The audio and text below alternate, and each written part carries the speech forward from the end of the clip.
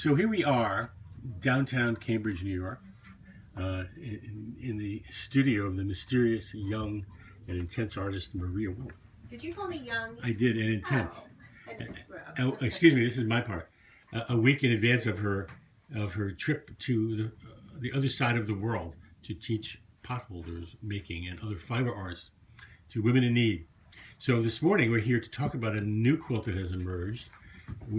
She's calling it the Before India quilt. And I'm just glancing at this other quilt that I have kind of fallen in love with. Anyway, I'm getting off track. So here she is. Here's the tormented, intense, and gifted artist herself, the young Maria Wolf, to tell you about her India quilt. Yeah, young and tormented. I think it's an exotic introduction. Know. I think that was a new introduction. But I don't see myself as young and tormented. With the mysterious fate. Fate. Well, that's true. Fate. You excited? Okay. All right. So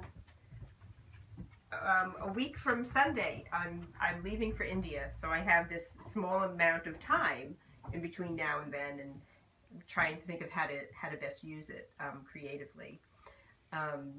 Yesterday I came into the studio and I was thinking about the fabric that John got me for my birthday, which one of the pieces is this lovely fabric from India with these great elephants on it. And I thought, okay, I want to use that piece of fabric. And that's how this all started. You know, how to use this piece of fabric. Can you see that? Yeah. Wow, okay.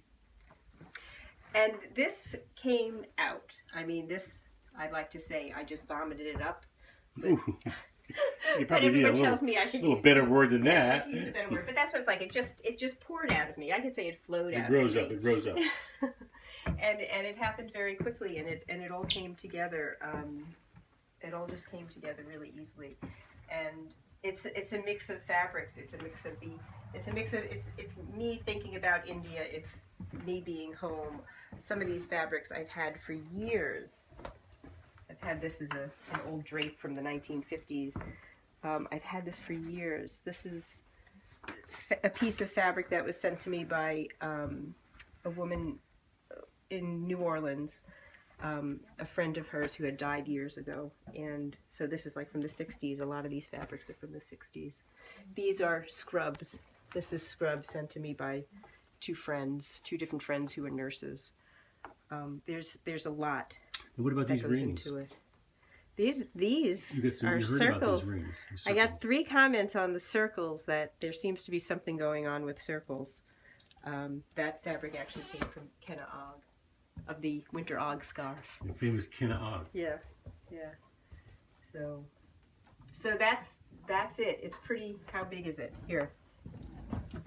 That's it. Back up here. Back up. I'm measuring it so that people can see the size of it.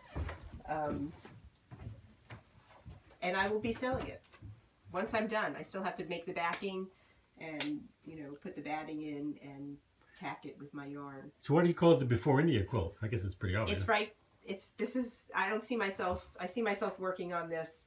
I don't see myself working really on anything too much else before I leave.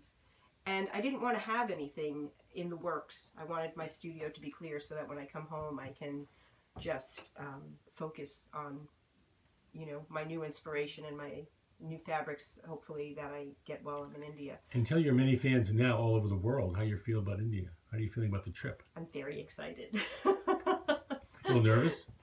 A little. You know what? It's interesting. I've gotten so many comments from people, or so many things people have said that, all the bewares. I feel like I'm done with that now. I'm just excited. I'm sure I'll get a little nervous again before, but right now I can't wait to go. It's going to be wonderful. Can you just say a word or two about this quite exotic creature behind you? Show your soul. Also drawing quite a bit of attention. This is sold. This is sold. And well, I started making her a while ago, and the whole thing came together in the last, I guess, 2 weeks. And some people wanted to take her on the Women's March? They did. So I'm actually I'm going to make a poster of the goddess, like from here up, and I'm going to make her probably 16 by 20 posters, something like that, and have them reproduced and sell them, because I have a lot of people who are really moved by her, and they did say they would have taken her on the march, which I think is pretty exciting. This is great. So, and this Before India quilt will probably be sold later on in the week. Yeah, Maybe. that's for sale. It's $400 plus $20 shipping. Wow. Well, this is exciting. We are very excited about the India trip, including Miss Fate, who was just beside herself when they said, "Sit down, Fate. Do not mess up my shot. Thank you. And thank you for participating and being a good dog." Thank you, Maria. She's a good studio She's dog. a good studio dog. Yeah.